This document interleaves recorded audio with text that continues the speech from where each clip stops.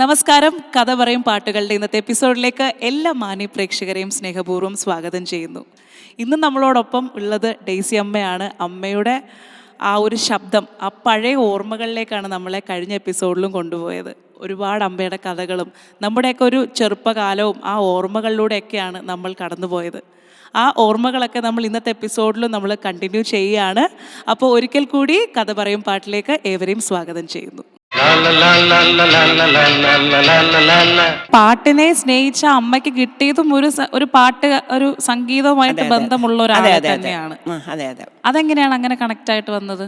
Connect ആയതൊന്നും ഞങ്ങളുടെ ജീവിത സാഹചര്യം, ഞങ്ങളൊരു പ്രൊഫഷണൽ നാടകമൊക്കെ തുടങ്ങി അങ്ങനെ നഷ്ടമായപ്പോൾ പുള്ളി എന്നെ സംഗീതം പഠിപ്പിച്ചുകൊണ്ടിരുന്ന ആളാണ്. അങ്ങനെയൊക്കെ വന്നപ്പോഴും എൻ്റെ അമ്മ ഒരുപാട് കരയും പറയുകയൊക്കെ ചെയ്തു, നമ്മളെ കൈവിടരുത്, ഞങ്ങൾ ഇനി പിള്ളേരെയൊക്കെ നോക്കണമെന്ന് പറഞ്ഞു. അങ്ങനെ ഒരു വാക്ക് പുള്ളി, അതിപ്പോൾ ഇന്നത്തെ കലാകാരന്മാരാരും അത് ചെയ്യില്ല, അവരവരുടെ സുഖങ്ങളെ നോക്കുള്ളൂ, അങ്ങനെ ഒരു വിട്ടുവീഴ്ചയൊന്നും ആരും ചെയ്യില്ല. പുള്ളി അന്ന് അത് മനസ്സ് വെച്ചു. അങ്ങനെ പിന്നെ വേറെ കല്യാണമൊന്നും കഴിഞ്ഞിട്ടില്ല. എൻ്റെ 2 മക്കളെയൊക്കെ കല്യാണം കഴിപ്പിച്ചയച്ചു. അങ്ങനെയൊക്കെയാണ്. അത് ശരി. അപ്പോൾ എന്താണേലും ഈ കഥകളിലൂടെ ഒരു ചെറിയ, എപ്പോഴും നമ്മൾ നമ്മളിങ്ങനെ ഒറ്റയ്ക്ക് നിൽക്കുമ്പോഴാണ് നമ്മൾ കൂടുതൽ ശക്തിക്ക് നമ്മളിനെ നമ്മുടെ ശക്തി മനസ്സിലാക്കുന്നതെന്ന് പറയും അല്ലേ? അപ്പം അന്ന് ആ ഒരു ചെറിയൊരു വിഷമത്തിലൂടെ ആള് പിന്മാറിയെങ്കിലും ആള് വീണ്ടും സംഗീതത്തിൽ തന്നെ തുടർന്നു. അപ്പം എങ്കിലും അതിനൊരു കാരണക്കാരൻ എനിക്ക് തോന്നുന്നത് ദേവരായ മാഷ് തന്നെ ആണ്. അപ്പോൾ അദ്ദേഹത്തിന് വേണ്ടിയിട്ട് ഒരു അടുത്ത പാട്ട് അദ്ദേഹം വഴക്കൊന്നും പറഞ്ഞില്ല, എനിക്കിനി ഈ ഫീൽഡ് വേണ്ട എന്ന് വെച്ചിറങ്ങിയതാണ്. അല്ല എങ്കിലും ആ ഒരു ഒറ്റയ്ക്ക് നിൽക്കാനുള്ള ഒരു ധൈര്യം കൊടുത്തല്ലോ. അതെ അതെ. അപ്പൊ നമ്മുടെ ദേവരായ മാഷിന് വേണ്ടിയിട്ട് ഒരു പാട്ടും കൂടെ ഒന്ന്. കാറ്റിൽ ഇളം കാറ്റിൽ ഒഴുകി വരും ഗാനം, ഒരു കാണാക്കുയിൽ പാടും കളമുരളി ഗാനം.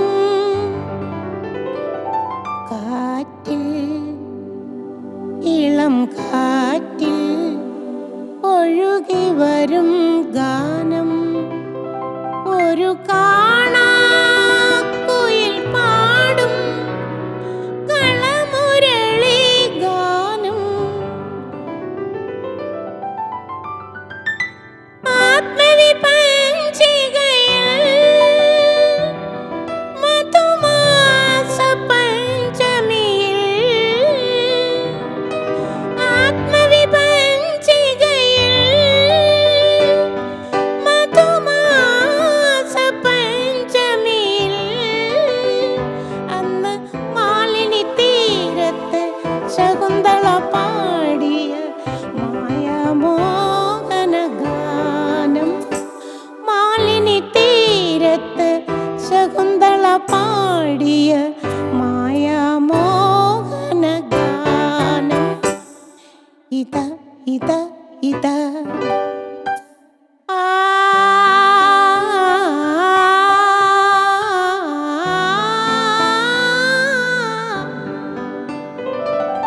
കാറ്റിൽ ഇളം കാറ്റിൽ ഒഴുകി വരും ഗാനം, ഒരു കാണാക്കുയിൽ പാടും കളമുരളി ഗാനം.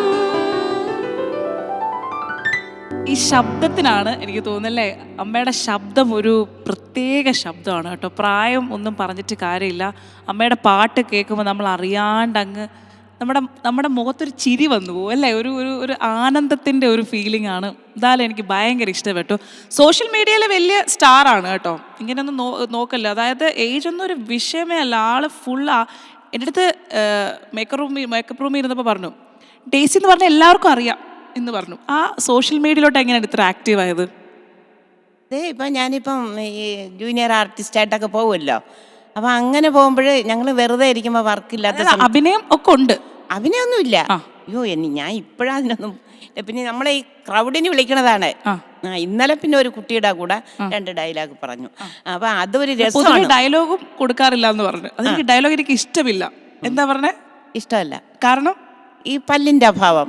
അപ്പൊ അതുകൊണ്ട് എനിക്ക് എനിക്ക് എനിക്ക് ഡയലോഗ് പാടില്ല, പക്ഷെ എനിക്ക് വിളിച്ചാൽ ഞാൻ അങ്ങോട്ട് നടക്കും ഇങ്ങോട്ട് നടക്കും. സാധാരണ എല്ലാവരും പറയും ഒരു ഡയലോഗിലും വേണമെന്നാണ്. ഞാൻ അത് ആലോചിച്ചിട്ട് എന്ത് പോസിറ്റീവായിട്ടാണ് കാര്യങ്ങൾ. ഓക്കെ. എന്നിട്ട് അപ്പം അത് കഴിഞ്ഞിട്ട് പിന്നെ എവിടെ നിന്ന് പാടാൻ പറഞ്ഞാലും കുഞ്ഞുനാളിൽ ഞാൻ ആര് പറഞ്ഞാലും പാടൂല. 1 മണിക്കൂർ ശ്രമിച്ചാലേ ഒരു പാട്ട് പാടുള്ളൂ. ഇപ്പോഴും 1 മണിക്കൂറിൽ ഒരു 10-15 പാട്ട് അങ്ങ് പാടും. ആരെങ്കിലും പറഞ്ഞാൽ മതി. അതെ. അപ്പം ഞങ്ങളിങ്ങനെ കൂട്ടം കൂടിയിരിക്കും, പറയും നീ ആ പാട്ട് പാട്, നീ ഈ പാട്ട് പാടെന്ന് പറയും. അങ്ങനെ പാടുമ്പോൾ ആരെങ്കിലും വന്ന് ഇങ്ങനെ വീഡിയോ എടുക്കും. അങ്ങനെ പോണതാണ് ഇതൊക്കെ. അപ്പൊ അത് ഇപ്പൊ അറിയാവോ, എല്ലാവർക്കും ഒക്കെ തിരിച്ചറിയുന്ന ഒരാളാണ്. പിന്നെ എനിക്ക് ഓരോ മൊമെൻ്റ് കിട്ടണതും കൂടുതലും ദേവരായ മാഷയുടേതാണ്, ONV-യുടേതും. അവരെ 2 പേരുടെ ഫോട്ടോ വെച്ചതാണ് എനിക്ക് കിട്ടുന്നത്. എപ്പോഴും ഫസ്റ്റ് ആയിരിക്കും. ഒരിടയ്ക്ക് എനിക്ക് ജഡ്ജായിട്ട് വന്ന ചിത്രയുടെ തബലിസ്റ്റായിരുന്നു. അത് പൂജപ്പുര വെച്ചൊരു ദേവരായ മാഷയുടെ അനുസ്മരണത്തിന് പാടിയപ്പോൾ എനിക്ക് ഫസ്റ്റ്, പൂന്തേനൂരിക്ക് ഫസ്റ്റ്, പ്രിയതമ്മയ്ക്ക് ഫസ്റ്റ്.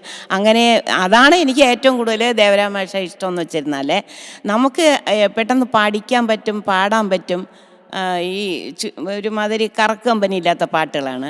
കറക്റ്റ് ഇതേ വാക്കുകളാണ് തിലകൻ സാറ് പറഞ്ഞിരിക്കുന്നത്. അതായത് വലിയ സാഹിത്യങ്ങളും ഇല്ല, എന്നാൽ വലിയ ക്ലാസിക്കലും അല്ലാതെ ഒരു സാധാരണക്കാരന് പെട്ടെന്ന് പാടാൻ പറ്റുന്ന ലാളിത്യമുള്ള. എൻ്റെ കുട്ടിക്കാലത്തൊക്കെ ഏറ്റവും കൂടുതൽ അന്നത്തെ ഫേമസ് പാട്ടുകളെല്ലാം ദേവരായ മാഷയുടെയാണ്. യേശുദാസ് പാടുന്നതായിരുന്നാലും സുശീലമ്മ പാടുന്നത് എല്ലാം. അപ്പം ഇടയ്ക്ക് വെച്ച് ഞാൻ കേട്ടു ദേവരായ മാഷയുടെ മാധുരി വെച്ച് പാടിയപ്പോൾ ശ്രീമാരൻ തമ്പിയുടെ പാട്ട് കൊടുക്കാറില്ല എന്ന്. എന്താണെന്നറിയാമോ, എനിക്ക് സുശീലാമ്മയാണ് എനിക്കിഷ്ടം, ഫാനാണ് ഞാൻ. പക്ഷെ പാടി വരുമ്പോൾ ജാനകി അമ്മയെ പോലെ എന്ന് പറയും. പക്ഷെ ഞാൻ എൻ്റെ മനസ്സിനകത്തിരുത്തി പാടുന്നതെല്ലാം സുശീലാമ്മ പാടും പോലെ എന്നാണ്. അതാണ് ശരിക്കും പറഞ്ഞു കഴിഞ്ഞാൽ ഇങ്ങനെ പാട്ടിലൂടെ അങ്ങ് ജീവിക്കുകയാണ്. അത് ഇങ്ങോട്ട് തിരിഞ്ഞാലും പാട്ട്, അങ്ങോട്ട് തിരിഞ്ഞാലും പാട്ട്. അടിപൊളി. അപ്പൊ ആ സമ്മാനം കിട്ടിയെന്ന് പറഞ്ഞ ആ പാട്ട് ഒന്ന് നമുക്ക് അടുത്തത്. സമ്മാനം എന്ന് പറയുമ്പോഴേ ഒരെണ്ണം കിട്ടിയത് ആദ്യകാല ഗായിക എന്നും പറഞ്ഞ് എനിക്ക് കാഞ്ചീരവം അവരുടെ വാണി ജയറാമിൻ്റെ അനുസ്മരണത്തിന് വിളിച്ചിരുന്നു. അപ്പോൾ ആ തേടി തേടി എന്നുള്ള പാട്ടിനാണ് എനിക്ക് കിട്ടിയത്. അത് പാടിക്കോ, ഏതെങ്കിലും ഒരു ആ സമ്മാനം കിട്ടിയൊരു പാട്ട്.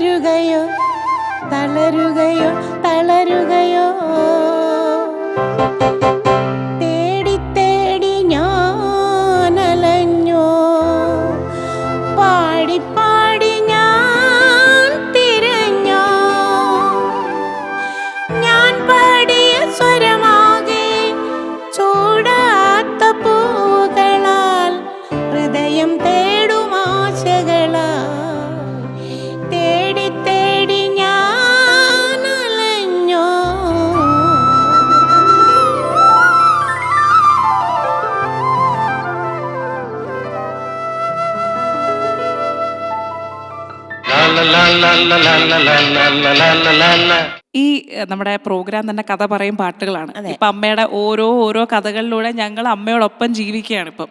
അപ്പോൾ നമ്മുടെ ഈ ഇത്രയും നേരം നമ്മൾ കുറേ നമുക്ക് കിട്ടിയ അനുഭവങ്ങൾ അതുപോലെ ഒരുപാട് കാര്യങ്ങളൊക്കെ പറഞ്ഞെങ്കിലും ശരിക്കും ഈ കഥ പറയും പാടുന്നതും നമ്മുടെ ജീവിതത്തിൽ ഏറ്റവും കൂടുതൽ സ്വാധീനിച്ച ഒരുപാട് കഥകളുണ്ടാവും. അതെ അല്ലേ? ചിലപ്പം വേദനിപ്പിച്ചതായിരിക്കാം, ചിലപ്പം ഒരുപാട് സന്തോഷം തന്നതായിരിക്കാം. അപ്പം അങ്ങനെ ഒരു കഥ പറയാൻ ഏത് പാട്ടുമായിട്ടായിരിക്കും പറ്റുക? അങ്ങനെ പറയുകയാണെങ്കിൽ 3 മക്കളാണല്ലോ. അപ്പോൾ 2 പേരും എൻ്റെ കൂടെ ഉണ്ട്, അവരാണുങ്ങളാണ്. അപ്പോൾ ഈ കൊച്ചുമോളെന്ന് പറയുമ്പോൾ അവൾ 6 വയസ്സായപ്പോഴേ എൻ്റെ നിന്ന് മാറിയല്ലോ. അവരുടെ എന്ത് പറ്റിയ മാറിയത് ഞങ്ങളുടെ സാമ്പത്തിക ബുദ്ധിമുട്ടുകളാണ്. അപ്പോൾ അവരുടെ വീട്ടിലെ അവിടെ നിർത്തി പഠിപ്പിച്ചു. എവിടെ? കല്യാണം കഴിച്ച ആളിൻ്റെ വീട്ടിലെ. അപ്പം നിങ്ങൾ രണ്ടുപേരും വേർപിരിഞ്ഞാണോ ജീവിച്ചത്? അതെ അതെ. പിന്നീടാണ് ഞങ്ങളെ ഏറ്റെടുക്കേണ്ടി വന്നു. അതായത് മധുസാർ എന്ന് പറഞ്ഞ രണ്ടാമത്തെ ഭർത്താവ്? രണ്ടാമത് നമ്മൾ ഏറ്റെടുത്തതാണ്. ഞങ്ങൾക്കൊരു ഗിഫ്റ്റ് തന്നതാണ്. ഒരു എൻ്റെ പാട്ട് കേട്ടിട്ടോ എന്നെ പഠിപ്പിക്കണമെന്നോ അങ്ങനെ ഒരു ചിന്തയൊന്നുമില്ല. പുള്ളിയുടെ മനസ്സിനകത്ത് എനിക്ക് കുറച്ച് സംഗീതം പറഞ്ഞു തന്നിട്ടുണ്ട് എന്നല്ലാതെ. പിന്നെ എൻ്റെ അമ്മ ഒരുപാട് വിഷമിക്കണ കണ്ടപ്പോൾ പറഞ്ഞു, അങ്ങനെയാണെങ്കിൽ ഒരു താൽക്കാലികമായിട്ട് ഞങ്ങളെ നോക്കിക്കോളാം. ഞാൻ ചെറുപ്പമല്ലായിരുന്നോ, അപ്പോൾ എൻ്റെ 2 മക്കളെ എന്നെ നോക്കിക്കളന്നു. പിന്നെ അങ്ങനെ നോക്കി ഇപ്പം ഞങ്ങൾ വയസ്സായി. അതായത് ആ ഒരു ശരിക്കും പറഞ്ഞാൽ ദാരിദ്ര്യം. അതെ അതെ. ആ ഒരു ദാരിദ്ര്യം ഞങ്ങൾ കടം കൊണ്ട് മുടിഞ്ഞുപോയി. വസ്തുവകകളൊക്കെ വിറ്റാണ് നാടകം നടത്തിയത്. അന്നത്തെ കാലത്തുള്ള പ്രൊഫഷണൽ ആർട്ടിസ്റ്റുകളെല്ലാം വന്ന് ഞങ്ങളെ നശിപ്പിച്ചിട്ട് പോയി. നിങ്ങൾക്ക് നാടക കമ്പനി ഉണ്ടായിരുന്നു? അതെ അതെ. അങ്ങനെ പോയതാണ്. എല്ലാവരും ഞങ്ങളെ അവരാരും ഒന്നും ഭൂമിയിലില്ല. അത്രയും ഒരു ഭാഗ്യമുണ്ട്. ഞങ്ങൾ മാത്രം ജീവിച്ചിരിപ്പുണ്ട്. പക്ഷെ ഞങ്ങൾക്ക് പിണക്കങ്ങളൊന്നുമില്ല. പിന്നെ മോള് പഠിച്ചു. 2 മക്കള് അമ്മയുടെ കൂടെയും അവര് 2 ഭർത്താവിന്റെ കൂടെ മോളും പോയി. ശരിക്കും എനിക്കറിയാം ഒരു അമ്മയുടെ വേദന എന്തായിരിക്കും എന്നുള്ളത്. ഞാൻ പാട്ടൊക്കെ പാടിയിട്ട് എല്ലാവരുടെ അടുത്തും പറയും, കുന്തി ദേവിയുടെ വരവും കൂടെ എനിക്കുണ്ടെന്ന് പറയും. അപ്പോൾ അവരൊക്കെ 5 മക്കളുണ്ട്. ഞാൻ പറഞ്ഞു അങ്ങനെയല്ല, അവരൊരു ദുഃഖം ഞാനും അതേ ദുഃഖിതയാണെന്ന് പറയും. നമ്മളെ വീടും കാര്യങ്ങളൊക്കെ പോയി. പിന്നെ നമ്മൾ വസ്ത്രമില്ലാതെ അലഞ്ഞു. അങ്ങനെയൊക്കെ നമ്മൾ നാടക കമ്പനിയിട്ടൊക്കെ ഒരുപാട് കടം കയറി. അപ്പോൾ പിന്നെ നമുക്ക് അന്തി ഉറങ്ങാൻ പോലെ ഇടമില്ലാതായിപ്പോയി ഭക്ഷണത്തിന്. അപ്പോൾ ആ ഒരു സങ്കടമാണ് പുള്ളി നമ്മളെ ഏറ്റെടുത്തത്. അല്ലാതെ എന്നെ പാടിപ്പിക്കണമെന്നോ എനിക്ക് അങ്ങനത്തെ ഇപ്പോഴും അങ്ങനെ ഇല്ല. പിന്നെ ഞാൻ പുള്ളിയുടെ പാട്ട് പാടിയിട്ട് പ്രൈസൊക്കെ വാങ്ങിച്ചുകൊണ്ട് വരുമ്പോൾ എന്ന് പറയണം, അല്ലാതെ അവിടെ വലിയൊരു കാര്യങ്ങളൊന്നുമില്ല. അല്ല, അപ്പോൾ എത്ര നാള് ഇങ്ങനെ ആ ഒരു മകളുമായിട്ട് വേർപിരിഞ്ഞ് ജീവിക്കേണ്ടി വന്നു? 30 വർഷം. 30 വർഷം. നമുക്ക് 6 വയസ്സുള്ളപ്പോൾ പോയത്.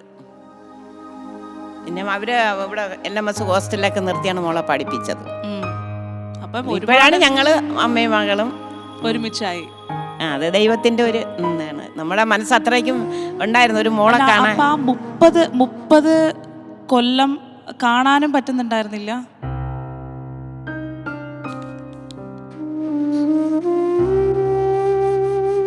ഞാൻ ഇനി പാട്ട് പാടും മോക്ക് വേണ്ടിയിട്ട്. അതാരും കാണൂല, എല്ലാരും വീട്ടിൽ നിന്ന് പോകുമ്പോഴും ഒറ്റയ്ക്ക് പാടും. അന്ന് ഒരു കൂട്ടായിരുന്നു ഈ പാട്ട്. അതുകൊണ്ടായിരിക്കും പാട്ടിന് ഇത്രയും കൂടുതൽ സ്നേഹിക്കുന്നത്. അതെ അതെ അതെ. പിന്നെ അന്ന് ഫോണും ഒന്നുമില്ല. ഫോണൊന്നും വിളിക്കാൻ നമുക്ക് അങ്ങനെ അവരെ വിളിക്കാനൊന്നും കിട്ടയും. അതിനുശേഷം എങ്ങനെയാണ് ഒന്നിച്ചത്? എങ്ങനെയായിരുന്നു ഒന്നിച്ചത്? അത് ഞാൻ എന്നും വെട്ടുകാട് പോയിട്ട് ഞാൻ കരഞ്ഞു പ്രാർത്ഥിക്കും. ഞാൻ മരിക്കുന്നതിന് മുമ്പ് എൻ്റെ മോളെ രൂപ എനിക്കൊന്ന് കാണണമെന്ന് അങ്ങനെ ഞാൻ പ്രാർത്ഥിക്കുമായിരുന്നു. അപ്പം അങ്ങനെ വന്നപ്പോൾ അവൾ അവിടെ തന്നെ വന്ന് വേറൊരു കാര്യമായിട്ട് അവർ വന്ന് അവളെ കല്യാണമൊക്കെ കഴിച്ചുകൊണ്ട് ഫേമസ് പാർട്ടിയാണ്. അച്ഛയ കുടുംബത്തിലാണ് അവളെ കെട്ടിക്കൊണ്ട് പോയത്. നല്ല ഫാമിലിയാണ്, അവരെ നല്ലതായിട്ട് നോക്കുന്ന പാർട്ടിയാണ്. പക്ഷേ ഞങ്ങൾക്ക് അവരെ തമ്മിൽ കാണാനൊരു ഭാഗ്യമില്ലായിരുന്നു. അപ്പം അവൾക്കൊരു കാര്യം ഇവിടെ വരേണ്ടി വന്നു. അവൾക്ക് കുറച്ച് പൈസയുടെ കാര്യമുണ്ട്, അത് അവളെ പേരിലാണ് കിടക്കുന്നത്. അപ്പം ഇട്ട ആൾ മരിച്ചുപോയി. ആ പൈസ വാങ്ങിക്കുന്നതിന് വേണ്ടിയിട്ട് വന്നപ്പോൾ ഇവിടെ സെറ്റിലായി, മോളിവിടെ പഠിപ്പിച്ചു. അപ്പം അങ്ങനെ വന്നപ്പോൾ ഞങ്ങൾ തമ്മിൽ ഒട്ടും അതായത് ആകസ്മികമായിട്ട് അതെ അതെ വെട്ടുകാട് വെച്ച് കണ്ടു. അതെ അതെ. 30 വർഷം ഞങ്ങൾ തമ്മിൽ. അപ്പം അവളെ എങ്ങനെ ഇരിക്കണോ എന്നൊന്നും എനിക്കറിയില്ല. അല്ല, അപ്പം കാണാത്തത് ഇതാണ് എൻ്റെ മോളെന്ന് അങ്ങനെ ഉണ്ടാവൂലേ? അവളെ ഓടി വന്ന് കെട്ടിപ്പിടിച്ച അമ്മ എന്ന് പറഞ്ഞ കാര്യം മകൾക്കറിയായിരുന്നു. പിന്നെ അത് ശരി, അത് ഭയങ്കര ഒരു ഹൃദയസ്പർശിയായ, അതായത് എനിക്കിപ്പോൾ ആരടുത്തും കുറ്റവും ഇല്ല, ദേഷ്യമില്ല, ഒന്നുമില്ല. അതൊക്കെ നമ്മുടെ ഒരു വിധിയാണ്. അന്നൊക്കെ ഒരു നാടക ഭ്രാന്തായിരുന്നു. അപ്പം അത് തുടങ്ങി നമ്മളെല്ലാവരും നശിപ്പിച്ചിട്ട് പോയി. പക്ഷെ നമ്മൾ ജീവിച്ചുകൊണ്ട് പോയി. ജീവിച്ചിരുന്നത് അന്നും സംഗീതമാണ് കൂട്ട്. അതെ അതെ അതെ. അപ്പോൾ ഈ മോളെ ഓർക്കുമ്പോൾ അല്ലെങ്കിൽ അങ്ങനെ എന്തെങ്കിലും കണക്ട് ചെയ്ത് പാട്ട് ഏതെങ്കിലും ഉണ്ടായിരുന്നോ? അപ്പോൾ അവള് കുഞ്ഞായിരുന്നോണ്ട് അവൾക്ക് വേണ്ടി ബിന്ദു നീ ആനന്ദ ബിന്ദു പാടുമായിരുന്നു. പക്ഷെ മോളിത് കേൾക്കുന്നുമില്ല. മോളിവിടെ ഉണ്ട്, മോക്ക് വേണ്ടി നമുക്ക് എന്താക്കാം അല്ലേ? അമ്മ ഒറ്റയ്ക്കിരുന്ന് മോൾക്ക് വേണ്ടിയിട്ട് എത്രയോ പ്രാവശ്യം പാടിയിട്ടുള്ള ഈ ഒരു പാട്ട് ഇന്ന് മോളെ ഇരുത്തി നമുക്ക് സന്തോഷമായിട്ട് അല്ലേ ആ പാട്ട് അവിടെ ഇരുന്നോട്ട്.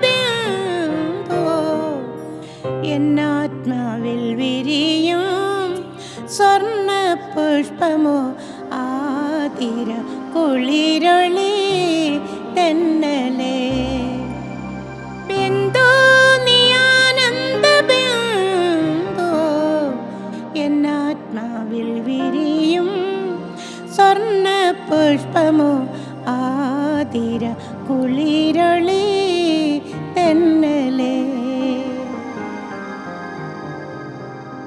എന്നാത്മസരസിൽ വിടരും അഭിലാഷ സുന്ദര കൗമുദിനി നീ മാത്രം എന്നാത്മസരസിൽ വിടരും അഭിലാഷ സുന്ദര കൗമുദിനി നീ മാത്രം ഒരു നോക്കു കണ്ടോട്ടെ കിളി കൊഞ്ചൽ കേട്ടോട്ടെ ഒരു നോക്ക് കണ്ടോട്ടെ കിളി കൊഞ്ചൽ കേട്ടോട്ടെ ഞാൻ നിന്നെ മറന്നോട്ടെ ആതിര കുളിരൊളി തെന്നലേ ബിന്ദു നീ ആനന്ദ ബിന്ദു എന്നാത്മാവിൽ വിരിയും സ്വർണ്ണ പുഷ്പമോ ആതിര കുളിരൊളി തെന്നലേ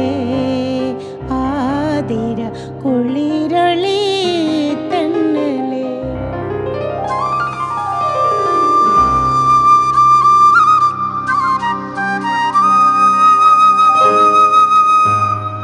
എന്തുകൊണ്ടാണ് ഈ പാട്ട് മകൾക്ക് വേണ്ടി പാടിയത് എന്നുള്ളത് ആ വരികൾ കേട്ടപ്പോ അല്ലേ? അതെ, 6 വയസ്സല്ലേ ഉള്ളപ്പോഴേ ഒന്ന് കണ്ടോട്ടെ അല്ലേ? അതെ അതെ അതെ അതെ.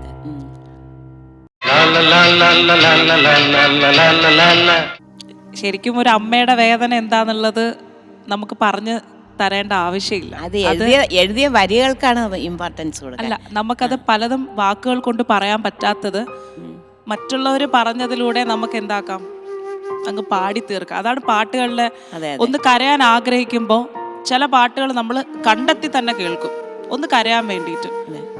അവിടെ നമുക്കൊരു നല്ല ആനന്ദം തരുന്ന പാട്ടുകൾ ഒരുപാട് നമുക്കുണ്ടായിരിക്കും. പക്ഷെ എപ്പോഴും നമുക്കൊന്ന് കരഞ്ഞ് തീർത്താൽ മതി എന്ന് അല്ലേ നമുക്ക് പറയാനുള്ളത്. എന്താണേലും ഇവിടെ മകളിരുന്ന് അത് ആസ്വദിക്കുമ്പം മകൾക്ക് അത് ശരിക്കും ആസ്വദിക്കാനായിരിക്കില്ല തോന്നുക. കാരണം അമ്മയുടെ സ്നേഹം ഓരോ കുഞ്ഞുങ്ങൾക്കും അത് ഓരോ കാലഘട്ടത്തിലും ഒരു കാലഘട്ടത്തിൽ മാത്രമേ അമ്മയുടെ അച്ഛൻ്റെയൊക്കെ സ്നേഹം കിട്ടുള്ളൂ. അത് കിട്ടാത്ത മക്കളെന്ന് പറയുന്നത് ശരിക്കും പറഞ്ഞാൽ ഈ ലോകത്ത് ജനിക്കുമ്പോൾ ഭാഗ്യമില്ലാത്തവരാണ് അല്ലേ? ശരിക്കും പറഞ്ഞാൽ ഞാൻ എപ്പോഴും ചിന്തിക്കാറുണ്ട്, നമ്മൾ വേർപിരിയുമ്പോഴും ഒക്കെ. ഇപ്പം ഞാൻ വേർപിരിഞ്ഞതാണ്. എൻ്റെ മകന് ശരിക്കും ആരെങ്കിലുമൊക്കെ മറ്റു കുഞ്ഞുങ്ങളെ ഒരു അച്ഛൻ വന്ന് എടുക്കുമ്പം ഞങ്ങൾ ഉടനെ പോയിട്ട് അവനെ എടുക്കും. കാരണം ഉള്ളിൽ അവനിങ്ങനെ എല്ലാ മക്കൾക്കും ഉണ്ടാവും. കാരണം അവർക്കറിയാം ലോകത്ത് ഒരു കുഞ്ഞിന് അച്ഛനും അമ്മയൊക്കെ ഉണ്ടെന്നുള്ളത്. അപ്പോൾ അതുപോലെ എന്താണ് സ്നേഹം നിഷേധിക്കാതെ പോകട്ടെ എന്ന് ഞാൻ ഈ ഒരു നിമിഷം പ്രാർത്ഥിക്കുകയാണ്. എന്താണ് അമ്മ ഈ പാടുമ്പോഴത്തേക്കും ഇപ്പം ഞാൻ പോലും അതിനൊരു എനിക്ക് എന്താണ് പലപ്പോഴും എൻ്റെ മകന് സ്നേഹം നിഷേധിക്കപ്പെടേണ്ടി വന്ന ഒരു കാരണമായ മറ്റൊരാൾക്കും അതുപോലെ എന്താവരുത്, എല്ലാവരും സ്നേഹത്തോടെ മുന്നോട്ട് പോകാൻ കഴിയട്ടെ എന്ന് ഈ ഒരു നിമിഷം ഇവിടെ കഥ പറയും പാട്ടിൻ്റെ ഒരു എപ്പിസോഡ് അവസാനിക്കുമ്പം പറയാണ്. ഒരുപാട് വേദനയോട് കൂടിയാണെങ്കിലും ശരിക്കും ഓരോ പാട്ടുകൾ ഒരുപാട് കഥകൾ പറയുന്നുണ്ട്. ശരിക്കും പാട്ടുകളുടെ കഥ മാത്രമല്ല, ചിലപ്പോൾ പാടുമ്പം ഓരോരുത്തർക്ക് പറയാനും കഥകൾ ഉണ്ടാകും. അത് തന്നെയാണ് കഥ പറയും പാട്ടുകൾ. ഇതുപോലെ ഒരുപാട് കഥകളുമായിട്ട് വരുന്ന എപ്പിസോഡിൽ നമുക്ക് വീണ്ടും കണ്ടുമുട്ടാം. അപ്പം നന്ദി, നമസ്കാരം.